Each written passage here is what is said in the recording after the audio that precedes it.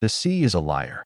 It wears a mask of calm, but beneath its surface lies a graveyard of lost ships and forgotten souls. For Captain Elias Thorne, the Bermuda Triangle is not a myth, it's his job. For 30 years, he has salvaged the wreckage of the vanished, giving names to the silent dead. But when his estranged brother, a brilliant physicist obsessed with a forbidden theory, disappears into the triangle's heart, Elias must do the one thing he swore he'd never do again: sail into the unknown. Armed with a state-of-the-art salvage vessel and haunted by the ghost of his own father, Elias follows a trail of impossible data to the exact spot where the Meridian vanished decades ago. What he finds there defies all logic and science, a place where the laws of nature break down, and the light itself seems to whisper. This is a story of brotherhood, sacrifice, and the lengths a man will go to for the family he left behind. Some doors should never be opened. Some wounds should never be healed. And some lights, once extinguished, can never be relit. Dive into the heart of the mystery. The last ship of light is waiting. Welcome to the AI Campfire. This is the last ship of light, a journey into the heart of the Bermuda Triangle. The sea was a liar. It always had been. It wore a mask of sapphire calm, whispering promises of tranquil voyages, only to shatter them with sudden, violent fury. But for Captain Elias Thorne, the sea was more than a liar. It was a haunted house, and he was its reluctant caretaker. For 30 years, he had commanded vessels across the globe, but the last 5 had been spent in the shadow of a single, infamous patch of ocean. He wasn't a treasure hunter or a sensationalist. He was a salvage operator, a man who cleaned up the sea's messes. He pulled up shattered hulls, recovered black boxes, and gave names to the silent dead. The Bermuda Triangle was his beat, and he knew its every whim, its every deceptive current, and its every unnerving calm. His ship, the Aurelia, was his sanctuary and his fortress. She was a state-of-the-art salvage vessel, a floating workshop of steel and titanium, bristling with sonar, magnetometers, and remotely operated vehicles. She was named after his daughter, a bright light extinguished too young by a fever that no modern medicine could cure. The ship was his penance, a way to give meaning to loss by finding answers for others. The job that came to him on a humid Tuesday morning in late August was different. It wasn't a distress call or an insurance claim. It was a plea. The client was Dr. Elias Thorne, Elias's estranged younger brother. A brilliant, obsessive physicist, Elias had spent his life chasing a theory that had made him a laughingstock in the scientific community. He called it the luminiferous ether anomaly, a theory that the triangle wasn't a place of random disappearances, but a focal point where the fabric of space-time was thin, a place where energy bled through from another dimension. Elias hadn't spoken to Elias in a decade, their bond severed by a bitter argument over their father's death, a disappearance at sea, in this very triangle. Elias had blamed Elias for not searching harder. Elias had blamed Elias for his fantastical, useless theories. Now, Elias was on the phone, his voice a frantic whisper. "Elias, I found it. The coordinates. The exact point. It's not a myth. It's a door, and I'm going through it. Don't be a fool, Elias had growled. "That's not science. That's suicide. I've chartered a boat. The Sea Sprite. I'm leaving tonight. I've sent you the data. If I don't come back, you're the only one who can find me. You're the only one who knows the sea like Dad did. Please, brother. For Dad." The line went dead. Elias stared at the console, a cold dread seeping into his bones. He looked at the data Elias had sent. It wasn't a random point. It was the exact location where their father's ship, the Meridian, had vanished 30 years ago. He had to go, not for the money, not for the science, but for the ghost of his father and the stubborn, brilliant fool who was his brother. The Aurelia cut through the water, her bow a silver knife slicing the darkening sea. The sky was a bruised purple, the air thick and heavy with an unnatural stillness. Elias stood on the bridge, his weathered hands gripping the polished mahogany wheel, his eyes fixed on the radar. His first mate, a stoic woman named Lena Petrova, stood beside him. "Captain," "The magnetometer is going haywire," she reported, her voice calm but laced with unease. "Compass is spinning. We're approaching the coordinates." "I know," Elias said. "The sea is holding its breath." The instruments began to fail one by one. The GPS flickered, then died. The radio dissolved into a cacophony of ghostly whispers, fragments of old distress calls, panicked voices from decades past, the faint, mournful tolling of a ship's bell. The air grew cold, a chill that seeped through their foul-weather gear and into their bones. Then they saw it. Ahead, the sea was not water. It was light, a swirling, iridescent maelstrom of energy, like a living aurora borealis trapped beneath the waves. It pulsed with a soft, hypnotic glow, casting strange dancing shadows across the deck.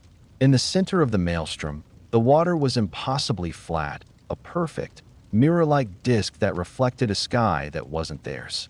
"There," Elias whispered, pointing. A small, battered fishing boat, the Sea Sprite, was drifting on the edge of the anomaly, her hull scorched and her sails in tatters. She was empty.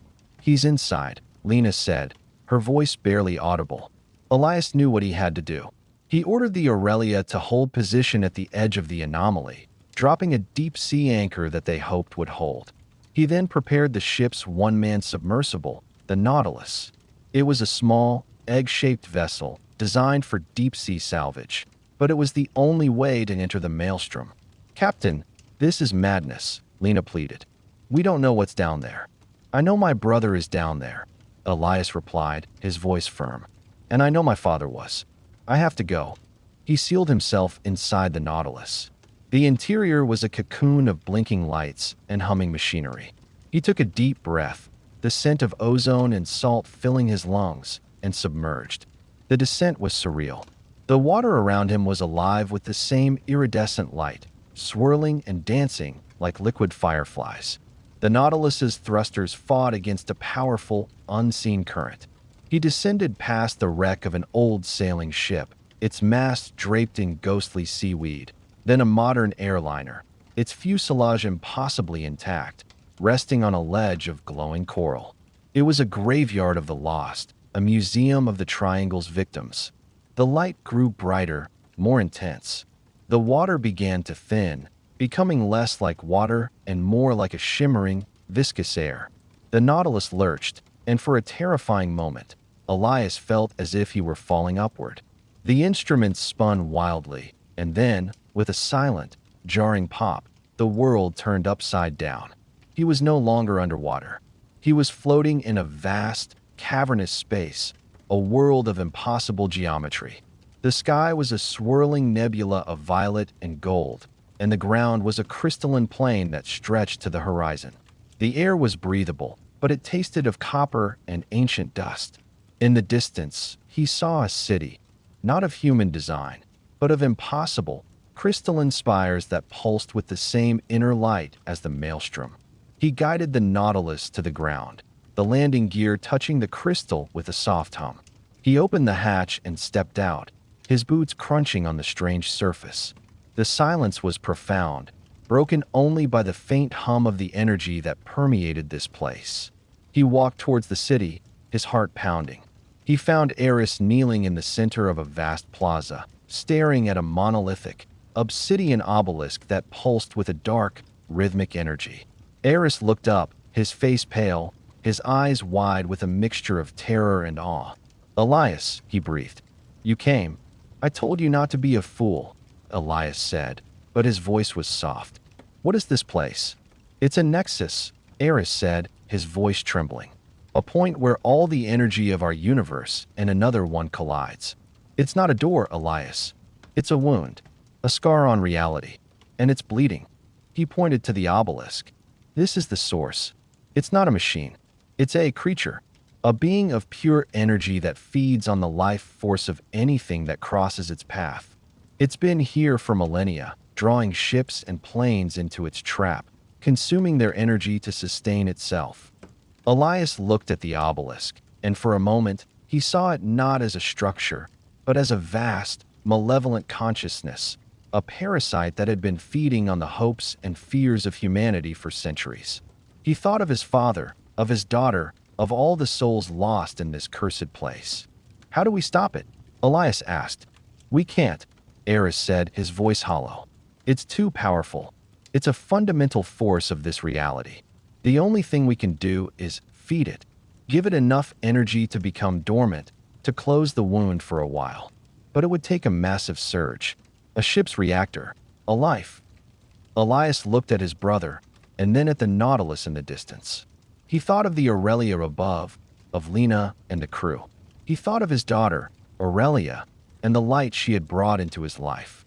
He thought of his father, who had sailed into this very place and never returned. "No," Elias said, a strange calm settling over him. "There's another way." He walked back to the Nautilus and opened a secure channel to the Aurelia. "Lena, I need you to listen carefully. I'm going to send you the coordinates for a full reactor overload. I need you to set the Aurelia's core to critical and then abandon ship. Take the lifeboats and get as far away as you can." "Captain, what are you going to do?" Lena's voice was frantic. "I'm going to give this thing a meal it can't digest," Elias said. He turned to Eris. "The Aurelia is a salvage vessel. Her reactor is a fusion core, the most powerful ever built for a civilian ship. If I can get it down here, into this nexus, and trigger a containment breach, the energy release should be enough to destabilize this creature, to seal the wound. But you'll be trapped," Eris said. "The blast will destroy this entire pocket dimension. You'll be vaporized." "I know," Elias said, "but I'll be with Dad. And with Aurelia." Eris stared at him, tears welling in his eyes. "I'm sorry, Elias. For everything. For Dad. For not believing." Elias placed a hand on his brother's shoulder. "It's okay. Just get out of here. Get back to the Aurelia and take the lifeboat. Tell the world what you found. Make them believe." Eris nodded, a look of grim determination on his face. He ran towards the Nautilus, while Elias turned back to the obelisk. He pulled out a small, handheld device, a remote detonator linked to the Aurelia's reactor. He had to get the ship closer, to bring its core into the heart of this dimension. He couldn't pilot the Aurelia from here, but he could use the Nautilus's powerful tractor beam, a tool designed for pulling heavy salvage, to guide the ship down. It was a desperate, insane plan. He watched as Eris piloted the Nautilus back towards the shimmering portal. Then he focused. He used the Nautilus's remote link to the Aurelia, overriding the autopilot and engaging the thrusters.